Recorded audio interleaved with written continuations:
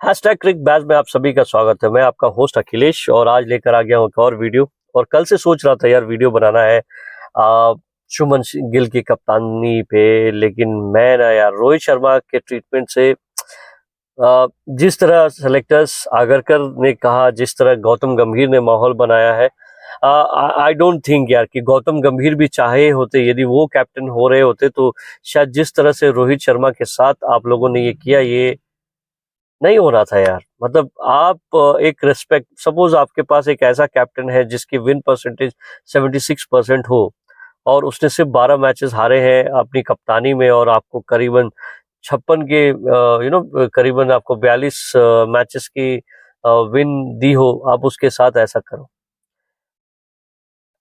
मतलब आप सोचिए, मतलब आप इंतजार कर रहे थे मेरे हिसाब से। देखो यार, आप सबसे पहले तो आपने क्या किया, इतना माहौल खराब किया, इतना माहौल दोनों ने खराब किया, गौतम गंभीर और आगरकर को। मैं कहूंगा देखो, it's a bold decision by Agarkar. मैं ये नहीं कहूंगा कि it's not a bold decision, it's a tough. मेरा एक वीडियो है, मैं लिंक डिस्क्रिप्शन में डाल दूंगा। मैंने कहा था why it is so tough to become selectors in India, because हमारे प्लेयर्स इतने ग्रेट्स हो जाते हैं कि उनके ऊपर हाथ डालना is is big thing boss. लेकिन आगरकर ने कुछ डिसीजन ऐसे लिए हैं कि उसके लिए तो मैं ताली मारूंगा, लेकिन कुछ चीजें ऐसी हैं जो हम पसंद नहीं कर सकते। जैसे विराट कोहली से कप्तानी छीनना, उसके बाद फिर रोहित शर्मा के कंधे पे बंदूक चलाना, उसके बाद रोहित शर्मा ने जैसे तैसे परफॉर्म करके दे दिया, शायद उनकी रेकनिंग में ये भी नहीं था। फिर बीसीसीआई वांटेड चैंपियंस ट्रॉफी के बाद शायद वो they wanted Virat Kohli as well as the Rohit Sharma to get retired, but Rohit Sharma ने उनको चौंका दिया कि भाड़ में गया। वे ये कह रहे थे कि मुझे, हम दोनों को रिटायर करेंगे यार, कौन हमें रिटायर करे, हम अभी भी खेलेंगे। और उन्होंने अपनी मंशा क्लियर कर दी थी, 2027 तक वो खेलने वाले हैं, उसके लिए उनको जो करना हो। तो मेरे हिसाब से ये होता कि आप इन दोनों को गेम टाइम दे देती है, उनको प्रूव करते। वो खुद ही एक ऐसे इतने बड़े लेजेंड है कि उनको, यदि उनके बल्ले में नहीं लगेगा, विराट कोहली कितनी बार कहा है कि यदि यार मेरे हाथ और मेरे इंटरेस्ट, मेरी बॉडी को ये पता चल जाए कि मैं अब इंटरेस्ट खो चुका हूं, तो मैं उसी दिन रिटायरमेंट ले लूंगा। ये इतने बड़े क्रिकेटर, इनको पैसे की कमी नहीं है, ये इंटरेस्ट की वजह से खेलते हैं। यदि इनके पास पैसे की कमी होती तो बात अलग थी, लेकिन ये इतने बड़े ग्रेड्स हैं, इनके पास 3-4 हजार करोड़ की संपत्ति यूं ही है, उनको पैसे की जरूरत नहीं है। तो ये पैसे के लिए नहीं खेलते, अपने इंटरेस्ट के लिए खेलते हैं। They are the two legends who plays that for. हो सकता है और भी होंगे, बट अभी फिलहाल मैं दोनों की बात कर रहा हूं। तो रोहित शर्मा के साथ आपने शुरुआत ऐसे की, जब उनका बीजीटी में अच्छा नहीं हुआ तो ऑलरेडी वो डाउन थे, और उन्होंने एक तरह से मन बना ही लिया था कि वो कप्तानी छोड़ देंगे और टेस्ट से रिटायरमेंट लेंगे। लेकिन उन्होंने कहा कि फिर एक ट्राई दे। उन दोनों ने प्रैक्टिस की, विराट कोहली और रोहित शर्मा ने प्रैक्टिस की इंग्लैंड के लिए। लेकिन आप लोगों ने ऐसा माहौल बनाया कि दोनों ने एक साथ, दोनों लेजेंड्स ने रिटायरमेंट ले ली। अब ये मुझे नहीं मालूम कि राहुल आगरकर कैसे कर लेते हैं, गौतम गंभीर कैसे कर लेते हैं, लेकिन कर लिया। तो वो खेलना चाहते थे, दे वर प्रैक्टिसिंग। मीडिया में है, न्यूज है कि they all were practising together. मतलब वो प्रैक्टिस कर रहे थे टेस्ट मैच के लिए। लेकिन पता नहीं कुछ ऐसा माहौल बना कि दोनों ने एक साथ रिटायर, पहले रोहित शर्मा ने रिटायरमेंट घोषित की, उसके बाद विराट कोहली ने घोषित कर दी। उसके बाद अब उन्होंने कहा चैंपियंस ट्रॉफी के बाद हम नहीं रिटायर कर रहे। लेकिन आपने क्या किया बॉस, आपने एशिया कप, सबसे पहले इंग्लैंड में मैच, टेस्ट मैच यदि नहीं जीते होते तो आज मैं आपको दावे के साथ कहता हूं, आगरकर की छोड़ो, मैं जो शब्द यूज करना चाहता मैं यूज नहीं, आगरकर के पास इतनी हिम्मत नहीं, इतना कुबा नहीं था कि वो रोहित शर्मा को कैप्टनसी से हटा देते। लेकिन ये तो अच्छा हुआ कि स्ट्रोक्स आउट हो गया इंजरी की वजह से, एंड गिल वो टेस्ट जिताने, सिराज जिताने में कामयाब हो गए। वरना आज रोहित शर्मा को कोई हाथ नहीं लगा सकता था।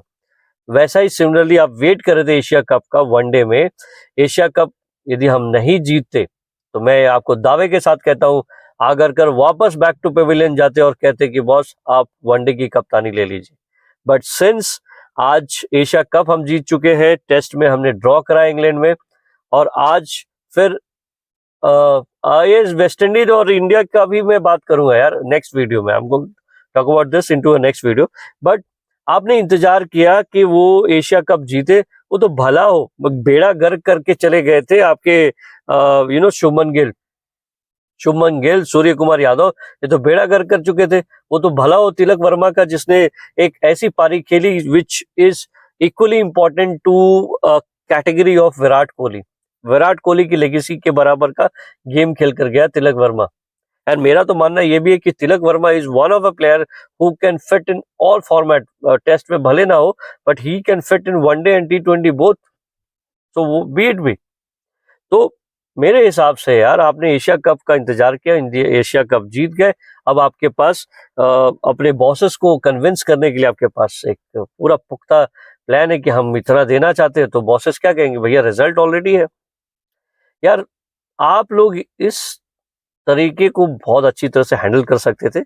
आप एक मैच उनके साथ मीटिंग करते, आप कहते कि Rohit we are looking forward, हम चाहते हैं कि शुभमन गिल आगे से कप्तानी करे। आप New Zealand series, south Africa series में कहते कि शुभमन गिल कैप्टन बनेंगे, और आप अलाउ करते रोहित शर्मा को, खुद वो कप्तानी को अनाउंस करते कि मैं अब कप्तान नहीं बनूंगा, शुभमन गिल को अनाउंस करवाते, रोहित के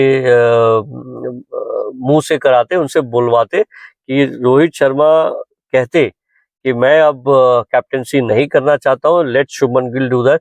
तो एक ऐसा रेस्पेक्ट होता एक लेजेंड के साथ कि मैं प्लेयर के तौर पर खेलता रहूंगा, लेकिन शुभमन गिल को मेरा सपोर्ट हमेशा। हालांकि as an player I think Rohit Sharma is going to do this because they don't play for their legacy, they don't play for their glory, they play for India.